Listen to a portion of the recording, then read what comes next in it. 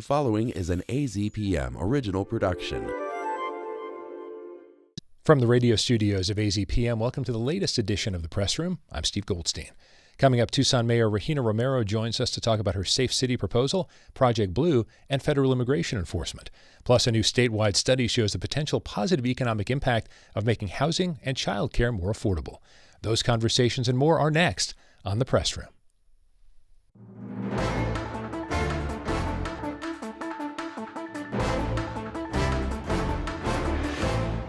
Welcome to The Press Room. I'm Steve Goldstein. Mayor Regina Romero has led the city of Tucson since 2019 after serving on the city council for a dozen years before that.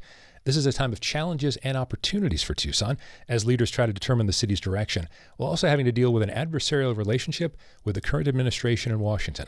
So we thought this was an ideal moment to welcome Mayor Romero to The Press Room. Thank you for joining us. Great to see you. Steve. Thank you so much for having me. Let's start with that adversarial relationship. We have seen recent times in Tucson federal action related to immigrants. We've seen ICE, HSI. How do you feel about how the Trump administration is trying to handle immigration enforcement, and how can and how should Tucson be reacting to it? Well, first and foremost, as mayor, it is my responsibility to make sure that our community, our residents are safe. And as a welcoming community, it does not matter to us their immigration status. We feel that every resident is a contributing resident to our economy and our city, and we have a responsibility to keep them safe. And so it's not a secret that I strongly disagree with the method and the policies of the Trump administration. And, we have a mayor and council that have been very clear that we are going to protect our residents. And fortunately, we have a city attorney, city manager, and chief of police that believe that our police should not be involved in these raids. Our chief Casmar has been clear that their job is to keep people safe and will not practice any immigration actions with HSI or ICE.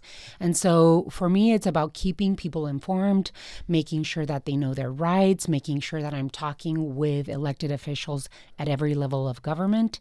And we will not tolerate HSI or ICE mistreating and attacking members of our community. I believe in the First Amendment, and I believe in the freedom to gather and do it peacefully, making sure that people know that they can record, but they cannot get in front of the work that agents are doing, which is very difficult because we see them handcuffing and taking people. And but it's important that Tucsonans practice their First Amendment and record, but not get in the way of federal agents.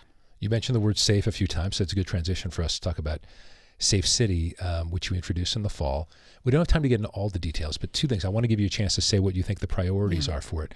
But then also, how challenging is it to balance the safety of a community, which is a very welcoming community, as you said, and making people feel like they are not going to be attacked violently, as the perception by some has become, but also not condemning, overly punishing those who are addicts and not violent criminals. How do you balance all that? Well, the goal is not incarceration. The goal is treatment.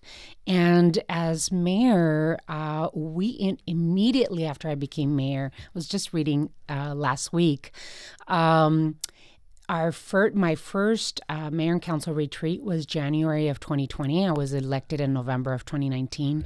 And we set 3 goals in that retreat, that we tackle poverty and unsheltered homelessness and affordable housing. And those goals have not changed for me as mayor. I introduced the housing first approach for unsheltered homelessness.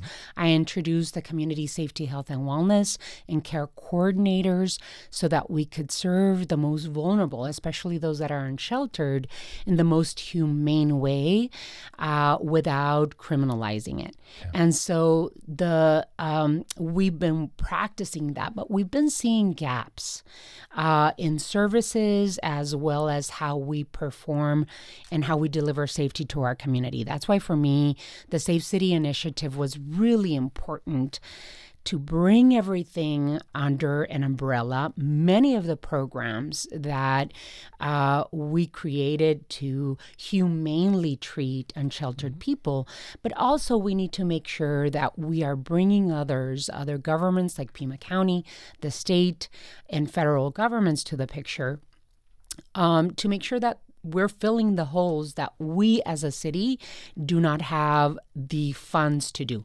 Mental, behavioral health, substance use disorders, those are huge issues that our charter really doesn't say you as a city have to solve.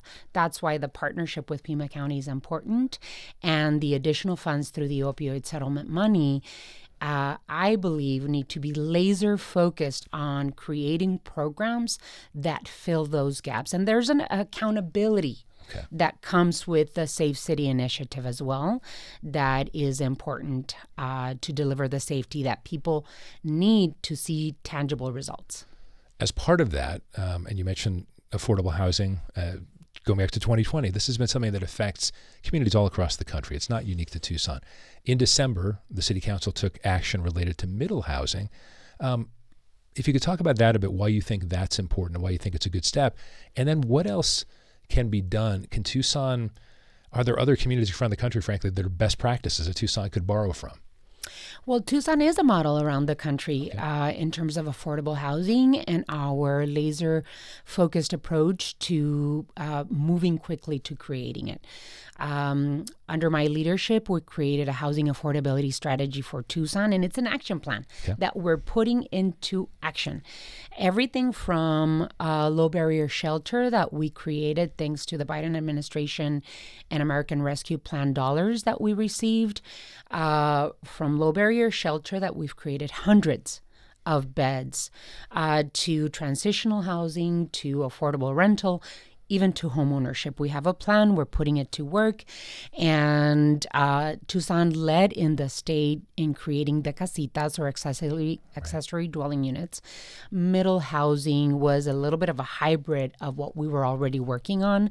But we felt that, Mayor and Council felt that we needed to expand it citywide because we didn't want to see an area of town pressured with overdevelopment. And then we have an emergency. We also in December passed a homeless and housing emergency, Mayor and Council did, and that is basically to move some land use codes to make it easier to build housing and to build affordability. And so we are in need of more than 35,000 units of affordable housing, and we're intent on making sure that Mayor and Council and Tucson is part of the solution. And middle housing is one piece of that solution. Okay. Early in 2025, voters soundly rejected Proposition 414, which would have been helpful for police and fire, also could have helped those who are unhoused, and yet it was rejected. So looking ahead, RTA Next is another thing, which would be a sales tax extension, so a little bit different. But did you learn anything from the defeat of Prop 414 from the standpoint of how we approach the public differently or how we put ideas together? Well, 414 was the funded version of the Safe City Initiative. And it was a holistic version to creating safety to our community, because I believe deeply that police cannot be the answer to safety. Mental behavioral health, creating affordable housing and low barrier shelter, creating safe neighborhoods and lighting and, a good, safe transit system. what we understand is that there are special interest groups in Tucson that are good at convincing people at voting against their own interest. Okay. And we've got to realize as Tucsonans that want a beautiful city with good quality of life, good jobs, good infrastructure, and good roads are part of that quality of life. Proposition 418 and 419, which is RTA Next, will allow us to invest in ourselves. And so what we learned from 414 is that we need to tell residents that nobody's going to come to save us. We need to save ourselves and invest in ourselves. And when we want good things like good roads, we've got to vote for Proposition 418 and 419. We want safe roads for bicyclists and pedestrians. And so we need to understand as a community that the state and the federal government, at least in the next 3 years, will possibly not come and save us, and that we need to do this with ourselves. Because the opposition has not shown us a different a different plan.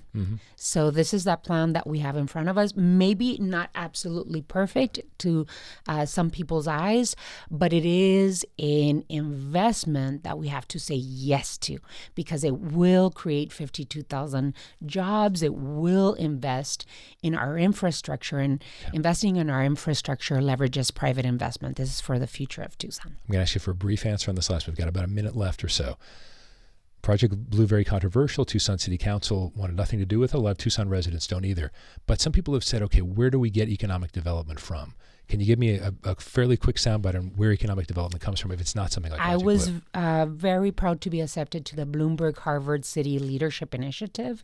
My main goal with that is to create an economic development strategy with the partnership of Tucsonans. And so we can and should ask for good quality jobs that don't that don't sacrifice our environment, our water resources, and that don't benefit just a few billionaires, right? We want to make sure that we're creating good quality jobs for our future that Tucsonans can be proud of. Okay. Tucson Mayor Regina Romero, thank you so much for being on the press room. Thank Great you, to see Steve. you. Thank you. And the press room continues after this. When you want news that matters to you, turn to AZPM News. Your voice, your news. AZPM News at news.azpm.org. Welcome back to the press room. I'm Steve Goldstein. When many Arizonans think about our politics, there's a consistent narrative that the divide is as great as it's ever been, and it's nearly impossible for people from different parties to agree on anything. For a couple of decades, the Nonpartisan Center for the Future of Arizona has conducted surveys with Gallup that show something quite different. On issues like education, the environment, and transportation, significant percentages of Arizonans agree that action needs to be taken at the highest levels to achieve what CFA has called the Arizona we want. Recently, CFA's chair, president, and CEO Sybil Francis partnered the organization with economist Jim Rounds of the Rounds Consulting Group to bring concrete economic analysis to the shared priorities that Arizonans agree on. The report is called Unlocking Potential: Turn Arizona's Priorities into Economic Gains. And joining me now in the press room to talk about the report are Sybil Francis and Jim Rounds. Welcome to you both. Thanks for joining me. Thank you. Great.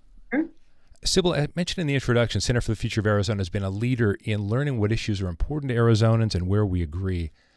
Give us a little bit of background, briefly, if you would, on CFA and what it's done in the past, but how did bringing in economic analysis fit into the overall nonpartisan approach you've taken? Thanks so much, Stephen. You really set the conversation up so well. We're a nonpartisan, nonprofit organization really focused on what matters most to Arizonans. That's where we draw our inspiration and our direction. And as you mentioned, we've been doing public opinion survey research of Arizonans for nearly 2 decades. And despite this narrative of polarization and division, what we've discovered through this really in-depth opinion survey research is that we agree on much more than we disagree on the big important issues like education, like healthcare, like the environment. And so this is something that we call the Arizona we want, and that has really inspired our work and that we try to share broadly. how that fits into this economic analysis we did was we asked ourselves the question, and then we asked Jim Rounds to help us answer it, is what would happen if we actually achieved the outcomes that Arizonans want? Should we consider those costs, that it costs money to achieve those outcomes, or are there some kind of really significant returns that we would get by doing so? And we thought those insights would be helpful to policymakers and leaders across the state. And there were 5 priorities you asked Jim to specifically focus on. We'll get a chance to talk about a couple of them: childcare access and affordability, housing affordability, post-secondary attainment, dual enrollment, and transportation infrastructure. And before we have Jim jump in with some analysis, Sybil, let's start with why childcare access and affordability was important to include. Well, sure. So one of the important findings of our public opinion survey research is that I'm sure your listeners won't be surprised to learn that childcare is really not very affordable for many families. But beyond that, we also learned something really significant and really important, which is that because of the high cost of childcare, there are significant numbers of people who are actually opting not to go back to work or not to go to school because of the cost of childcare. It's more expensive to go to work and pay for childcare than it is to stay home and forego your paycheck. Well, that has huge implications for us in Arizona. It means that those people are not really engaged in the economic life of our state. They're not being consumers. They're not working for employers. Now, if people want to stay home and take care of their kids, that is fantastic, but it should be a choice. And so this is why we thought it would be important to find out, well, if we could make childcare affordable for households, what would that impact be on their pocketbook at home, as well as the impact economically on the state? And Jim, you crunched some numbers on that one specifically. What did you find for childcare access and affordability? Well, we identified that if childcare access and affordability, the imbalances were no longer there. It was affordable for an individual, like Sybil said, if they wanted to work, they could work. They weren't choosing to not work because of some economic constraints. We would have another 100,000 jobs plus in the state and about $12 billion in economic activity. So these are big numbers. The state's economy is 400 to 500 billion, pretty large, but these things add up. And so a lot of the questions that Sybil's teams ask during this process relates to do people understand the importance of these issues? And what I thought was fascinating is that people are in agreement and they didn't have the benefit of seeing the economic numbers or doing the studies. They were asked just directly, do you feel like this is important? And a vast majority of them said yes. And so I was really impressed with the fact that a large percentage of the public seems to understand these economic issues. I'd like to pretend that I'm a little elitist as an economist, but the general public understands all of these points. And I think policymakers need to listen to that a little bit more. Terrific. And Sybil, let's move on to housing affordability. Definitely want to make sure we get to that. That's something people talk about in Arizona and across the country. So why was that vital to include on this? Well, certainly through our survey research, we found that people are very much feeling the strain of how expensive it is to rent or to own a home, and really what the implications are for that, for living here. As we continue to grow as a state, it's not just a housing issue, and it's not just about compassion for households and people struggling with housing affordability or even homelessness. It's really an infrastructure issue. It's a workforce issue. It's a family stability issue, and an economic competitiveness issue. We've long relied on affordable housing to help fuel the growth of our state. Well, if that becomes a bit more of a barrier than it's been, what does that mean for the economic development of our state? What does it mean for families who may have to keep moving because of housing issues in terms of the stability of their home life, their ability to be good employees if they're struggling with housing? So we found that Arizonans see this as a very urgent issue across the political spectrum. We have 84% of voters who say rental prices are too high and 80% who say home prices are too high. And Jim, if we reached housing affordability to some extent, if Arizona actually became a state that was a leader in that, how much money would that mean, and how could that affect the economy in the state? Each household would have about $9,000 more to invest or to spend each year. And we're dealing with another more than 100,000 jobs would be created across the state. So like Sybil said, it's not just about one particular item. All of these items are interrelated. And when you have an efficient economy, when you have everything working together, the whole is greater than the sum of the parts. And I think that's what we're trying to get at, is that there's a lot of different things that are interrelated. And we do have a chance to work on these because a lot of these things pay for themselves if we're thoughtful about how it's implemented. Just a couple minutes left and a couple more questions I wanted to make sure I asked. So I want to have you both weigh in on this briefly if we could. Sybil, the issues in this report they're so in sync, but they're also massive. How can movement begin on these issues? And with your history at CFA, how have you seen that concrete data can really affect how people approach it? And then when economic data, as Jim has alluded to, could that actually lead to real movement here? Yeah, so one of the major things that we've been working on since we've understood this truth or reality that Arizonans agree on much more than we disagree on big, important issues is to try to share that information with as many people across our state, leaders and others, that we can, because I think as a first step, you need to actually believe that you can make a difference, that change can happen. And if you think you're hopelessly polarized, as we often hear in our public dialogue, then maybe you're just going to give up or drop out. But if we know that we actually agree on things much more than we might realize, that gives opportunity for change. But the next step with this return on investment or economic analysis really is, well, if that is the case, then what are the benefits that could accrue from addressing the things that we know we all care about in common? And I think what we're trying to do is also move the needle from short-term thinking, how much does something cost to address, to long-term thinking, which is what is the return on that investment. So as Jim often says, if you spend $1 but you get $5 back, well, that makes a lot of sense. So it's also about moving from short-term thinking to long-term thinking, moving from costs to returns, and really moving away from the idea that some of these things are handouts, but they're actually really about improving the economics of our state. Jim, just about a minute left. I want to have you follow up on that and then extend the question just a bit if we could. You've spent a lot of time at the Capitol. Will data like this help lawmakers on both sides see these issues through what I would call an Arizona lens as opposed to a partisan one? We've already seen some of this. When lawmakers were coming to us and they were asking, how do we evaluate government being more run like a business? My initial comment was government's different than business. And then I decided to say, okay, well, a business would invest in something where it was going to yield additional profits later greater than the initial investment. So develop a positive ROI. So we started applying that concept at the Capitol around the beginning, around 2020. And we were able to get through to some lawmakers because they didn't view something like childcare as a center-left type of a topic. They viewed it as, you mean we can spend $1 and make multiple dollars back if we plan this long-term, like Sybil was talking about? And the answer is yes.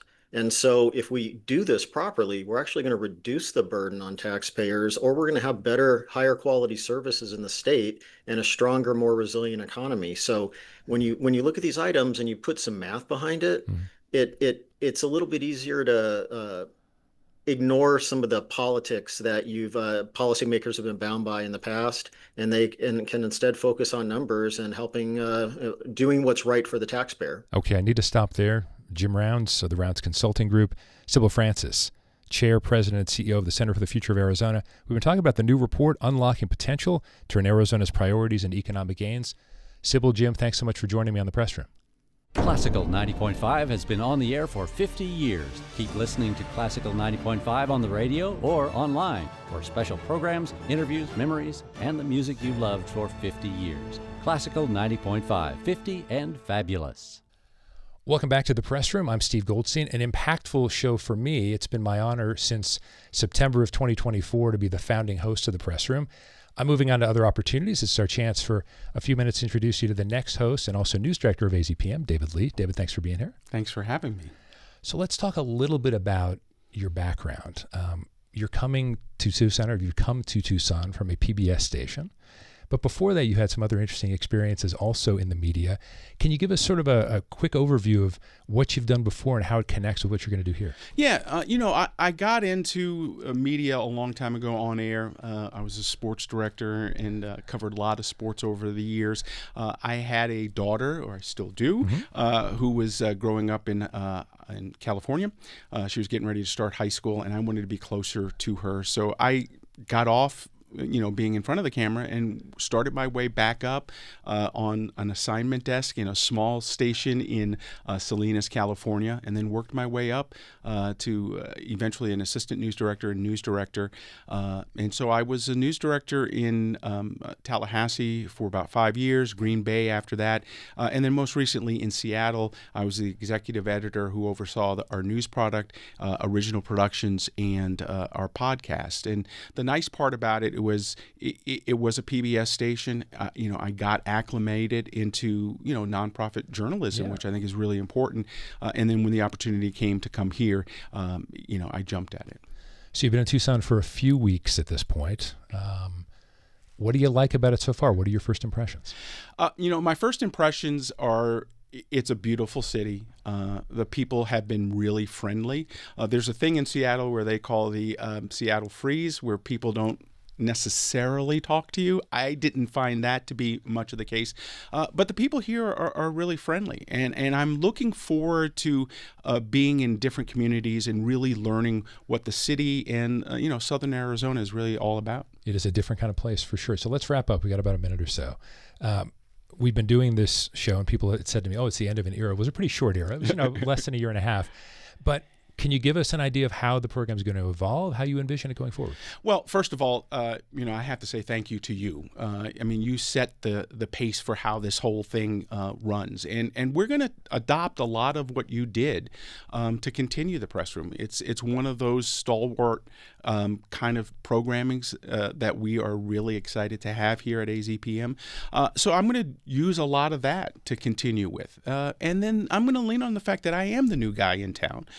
I'm going to be able to work and learn new issues, what is important to the communities, because ultimately for me, it's really about having our news and shows like this reflect what's really important for the community. Terrific. That is David Lee, News Director of AZPM and new host ongoing of the Press Room. Good luck. Thanks so much. Thank you much. And Steve, I cannot tell you how much we really appreciate everything that you've done. And thank you all for being a part of the Press Room. It continues next week with a new episode. I'm Steve Goldstein.